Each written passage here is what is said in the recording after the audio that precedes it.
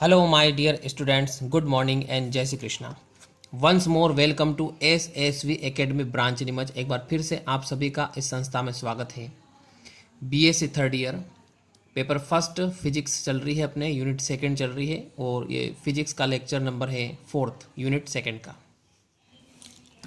Dear students, आज अपन एक बहुत ही इंपॉर्टेंट क्वेश्चन करने जा रहे हैं जो पूरा थ्योरेटिकल है, यानी इसमें मैथमेटिकल बिल्कुल कहीं से कहीं तक नहीं मिलेगा आपको. पूरा थ्योरेटिकल है और बहुत इजी है, थोड़ा आप ध्यान से समझिए. क्वेश्चन इस प्रकार है, what is tunneling effect, explain alpha decay with the help of it. Tunnel प्रभाव, इसको हिंदी में बोला जाता है सुरंगन प्रभाव. सुरंगन प्रभाव क्या है, इसके आधार पर एल्फा कण क्षय को समझाओ. ये क्वेश्चन है. अब इसमें अपन बात करते हैं, जैसे नाम से पता चल रहा है सुरंगन प्रभाव. सुरंगन का मतलब होता है कि जैसे एक दीवार है, ठीक, इसकी ऊंचाई मान लेते हैं अपन V0 है और इसकी चौड़ाई यहाँ से यहाँ तक, इसकी चौड़ाई कितने मान लेते हैं अपन, A मान लेते हैं. तो जब कोई पार्टिकल बहुत स्पीडली मूव करता है तो दो कंडीशन बनेगी, या तो ये से टकरा करके इधर बाहर आ जाएगा, ये कहता है क्लासिकल मैकेनिक्स के टकरा के वापस आ जाएगा, चिर सम्मत यांत्रिकी. जबकि क्वांटम यांत्रिकी कहती है कि एक पार्टिकल है, गतिमान है, तो उसके साथ एक तरंग संबंध रहती है जिसे डी ब्रोगली तरंग कहते हैं या द्रव्य तरंग कहते हैं. अब ये तरंग क्या है कि इसके आर पार जा सकती है सुरंग बना करके, यानी इस दीवार में आर पार सुरंग बना करके आर पार जा सकती है.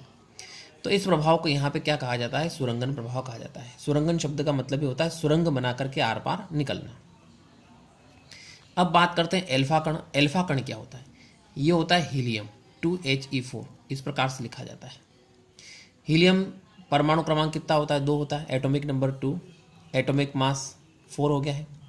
इसमें से 2 इलेक्ट्रॉन से अपन बाहर निकालते हैं, ठीक, यानी किस प्रकार से, ये एक न्यूक्लियस हो गया इसका और ये एक शेल हो गई, इसकी एक कक्षा हो गई, इसमें 2 इलेक्ट्रॉन होते हैं, 2 इलेक्ट्रॉन बाहर निकाल दिए.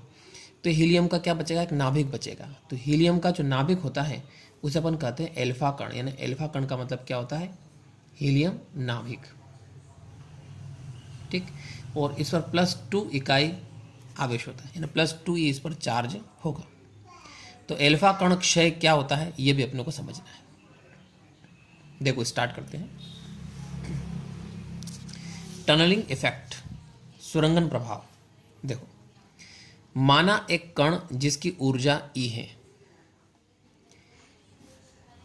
यह कण V0 ऊंचाई और A चौड़ाई के विभव प्राचीर से टकराता है. यहां पर इस दीवार को विभव प्राचीर नाम दिया गया है, ठीक है, विभव प्राचीर से टकराता है.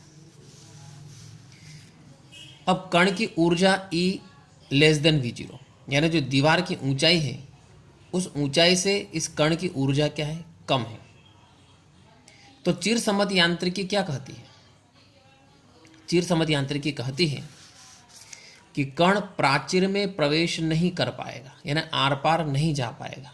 तो क्या होगा, परावर्तित होकर के बाहर आ जाएगा, बल्कि प्राचीर से टकराकर परावर्तित हो जाएगा. ये कौन कहता है, चिर सम्मत यांत्रिकी, ठीक. ये डायग्राम गलत है, ये मत देखना. तो चिर सम्मत यांत्रिकी क्या कहती है कि ये पार्टिकल जो है इस विभव प्राचीर के को पार नहीं कर पाएगा, इसमें प्रवेश नहीं कर पाएगा, इंटर नहीं कर पाएगा और रिफ्लेक्ट होकर के बाहर आ जाएगा, परावर्तित हो जाएगा. किंतु क्वांटम यांत्रिकी इसका अपोजिट बताती है. क्वांटम यांत्रिकी क्या कहती है कि कण प्राचीर में सुरंग बनाकर पार कर सकता है. कण प्राचीर को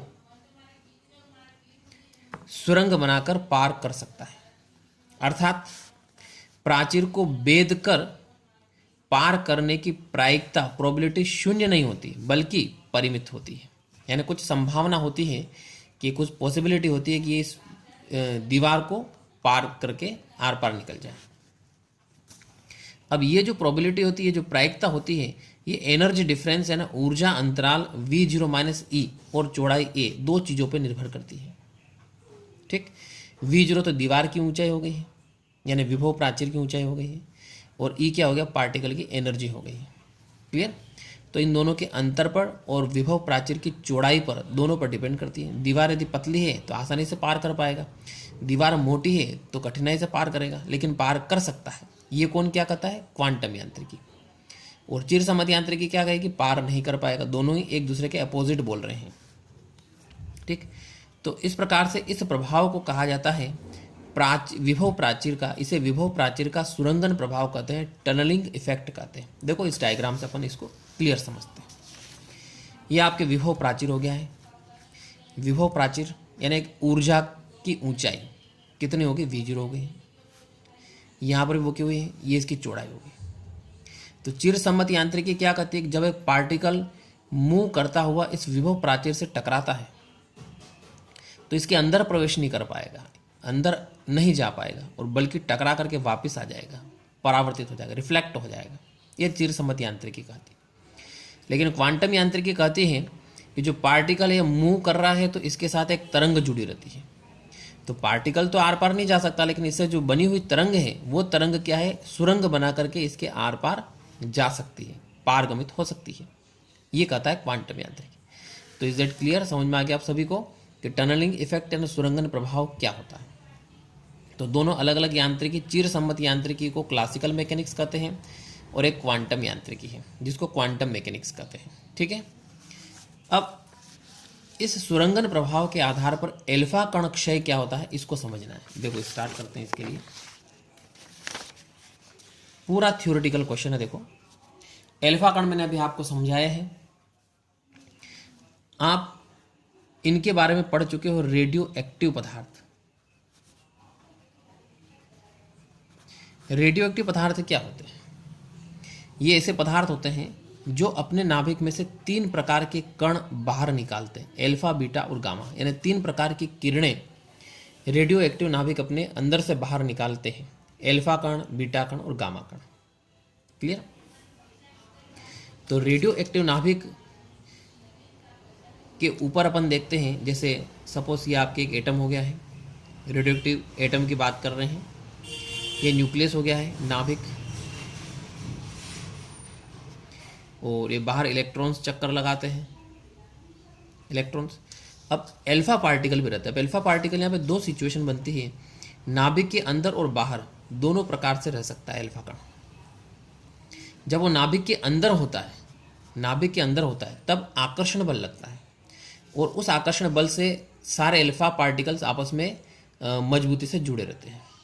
लेकिन जब नाभिक से बाहर होता है उस समय वो आकर्षण बल खत्म हो जाता है और प्रतिकर्षण बल लगना स्टार्ट हो जाता है, और उसी प्रतिकर्षण बल के कारण वो एल्फा कण क्या होते हैं? नाभिक से पूरी तरह से बाहर निकल जाते हैं। इसको बोलते हैं एल्फा कण क्षय। देखो इसकी व्याख्या करते हैं। रेडियो एक्टिव नाभिक एल्फा कणों का उत्सर्जन करते हैं और इस घटना को कहा जाता है एल्फा कण क्षय। एल्फा कण क्षय का सिद्धांत इस तथ्य पर आधारित है कि नाभिक के अंदर एल्फा कण ठीक उसी प्रकार तीव्र आकर्षण बल से बंधे होते हैं जैसे न्यूट्रॉन और प्रोटॉन। देखो नाभिक के अंदर क्या होते हैं? न्यूट्रॉन्स और प्रोटॉन्स होते हैं। ठीक है, न्यूट्रॉन्स और प्रोटॉन्स होते हैं। अब सारे प्रोटॉन्स पर प्लस चार्ज होता है, फिर भी सारे प्रोटॉन्स एक साथ रहते हैं। क्यों? क्योंकि आकर्षण बल के कारण। तो जिस प्रकार न्यूट्रॉन्स और प्रोटॉन्स नाभिक में बंधे रहते हैं आकर्षण बल से, तीव्र आकर्षण बल से, उसी प्रकार ये भी बंधे रहते हैं। ठीक है, अब ये जो आकर्षण बल लगता है अल्प परास पर ही कार्य करता है, यानी जब तक नाभिक के अंदर पार्टिकल है तब तक कार्य करेगा। नाभिक के बाहर जैसे पार्टिकल निकला कि आकर्षण बल खत्म हो जाएगा। तो नाभिक के बाहर इनमें प्रतिकर्षण विद्युत बल लगने लगता है। ठीक, एल्फा कण की स्थिति ऊर्जा का फार्मूला लिखेंगे अपन तो ये होता है V = 1/4πε0 ZE × 2E/r। अब ZE ये कूलाम के नियम का अपनों ने यूज किया है, Q1 Q2/r ऐसा होता है। देखो क्लियर? तो Q1 मतलब ZE क्या है? नाभिक का आवेश, और 2E एल्फा कण का आवेश। ठीक है, तो यहाँ पे क्या हो जाएगा? 2ZE/r हो जाएगा। अब यहाँ पर अपन ने बताया कि ZE क्या है और 2E क्या है। तो ZE है नाभिक पर आवेश और 2E क्या है? एल्फा कण पर आवेश हो गया। यहाँ तक क्लियर समझ में आ गया है? अब एल्फा कण क्षय का मतलब है नाभिक के अंदर से, इस न्यूक्लियस जो होता है, इस न्यूक्लियस के अंदर से एल्फा पार्टिकल बाहर निकलना, उसको बोलते हैं एल्फा कण क्षय।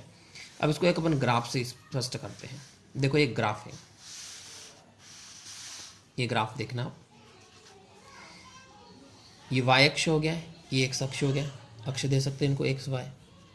y अक्ष पर उन्होंने विभव प्राचीर लिया है V0। अधिकतम ऊंचाई कितनी है V0, ये ग्राफ यहां तक जा रहा है। ये केंद्र हो गया है नाभिक का, इससे बाहर चलेंगे अपन, ठीक। तो R0 ये रेंज है नाभिक की, यहां से यहां तक नाभिक है, क्लियर। तो जब पार्टिकल 0 और R0 इन दोनों के बीच में, मतलब पहले क्षेत्र में है, उस समय आपके नाभिकी आकर्षण बल लगता है। कैसा बल लगता है? नाभिकी आकर्षण बल लगेगा, यानी पार्टिकल अंदर ही रहेगा। जैसे इस R0 से R0 पर पहुंचता है तो इसकी पोटेंशियल एनर्जी कहाँ तक चली जाती है? V0 तक चली जाती है, ठीक।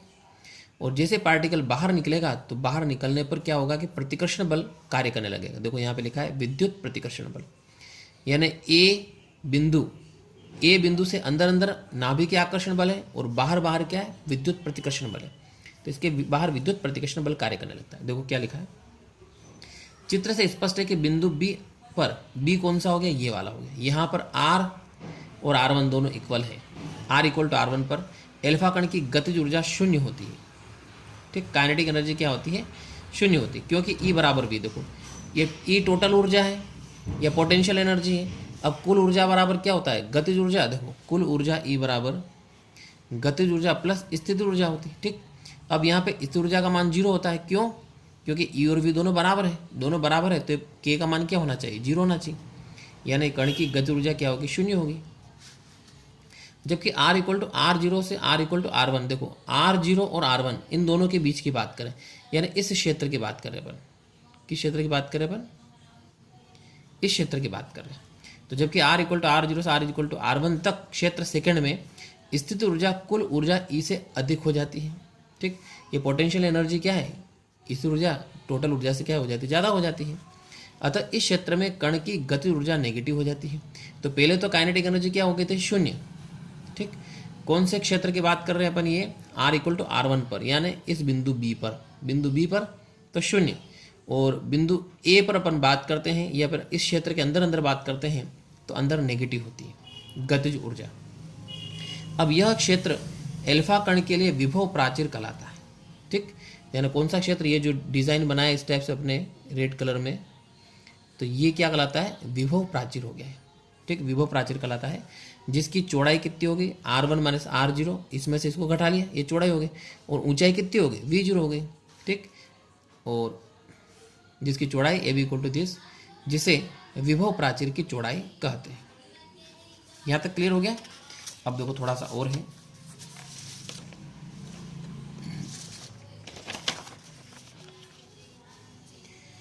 अब यदि एल्फा कण की ऊर्जा E विभव प्राचीर को पार करने के लिए आवश्यक ऊर्जा V0 से कम होती है, यानी पार्टिकल की ऊर्जा E V0 से कम होती है, ठीक। तो चिरसम्मत यांत्रिकी क्या कहती है कि एल्फा कण यदि नाभिक के अंदर एक बार चला गया, ठीक है, तो वापस बाहर नहीं आ पाएगा, अंदर ही कैद हो जाएगा। क्लियर? देखो फिर समझाता हूं आपको मैं। ये जैसे एटम हो गया है, ये इसका न्यूक्लियस हो गया है नाभिक, ठीक। अब मान लो इसकी विभव प्राचीर की ऊंचाई कितनी हो गई? V0 हो गई, और पार्टिकल की एनर्जी कितनी हो गई? E हो गई। ये एक पार्टिकल हो गया, ठीक, एल्फा पार्टिकल। अब ये एल्फा कण ये नाभिक के अंदर जब इंटर करता है, ठीक, और जब E का मान V0 से कम होता है, देखो यहाँ पे क्या लिखा है? E का मान V0 से कम होता है, E का मान V0 से कम होता है, ठीक है। तो चिरसम्मत यांत्रिकी कहती है कि ये एक तो इसके अंदर इंटर नहीं कर पाएगा, और यदि इंटर कर गया तो अंदर ही ट्रैप हो जाएगा, फिर बाहर नहीं आ पाएगा। तो चिरसम्मत यांत्रिकी के अनुसार एल्फा कण यदि एक बार नाभिक के अंदर प्रवेश कर जाए तो नाभिक के अंदर ही ट्रैप हो जाएगा, पुनः उत्सर्जित नहीं हो पाएगा। ये कौन कहता है? चिरसम्मत यांत्रिकी। जबकि क्वांटम यांत्रिकी क्या कहती है कि नहीं, ये बाहर निकल सकता है। यानी इसके विपरीत क्वांटम यांत्रिकी क्या कहती है कि एल्फा कण प्राचीर को भेद कर बाहर आने की अल्प लेकिन परिमित प्रायिकता होती है, मतलब कुछ ना कुछ पॉसिबिलिटी होती है, संभावना होती है कि वो बाहर निकल सकता है, क्योंकि प्रत्येक गतिमान कण से एक तरंग जुड़ी रहती है, ठीक, और यह तरंग विभव प्राचीर से होकर गुजर सकती। यानी कहने का मतलब ये है कि यदि पार्टिकल नहीं गुजर सकता है तो उससे जुड़ी हुई तरंग जो होती है वो तो गुजर सकती है, ठीक। ये हो गया आपके एल्फा कण क्षय। तो डियर स्टूडेंट्स, ये वीडियो आपको कैसा लगा कमेंट जरूर करिए एंड थैंक्स।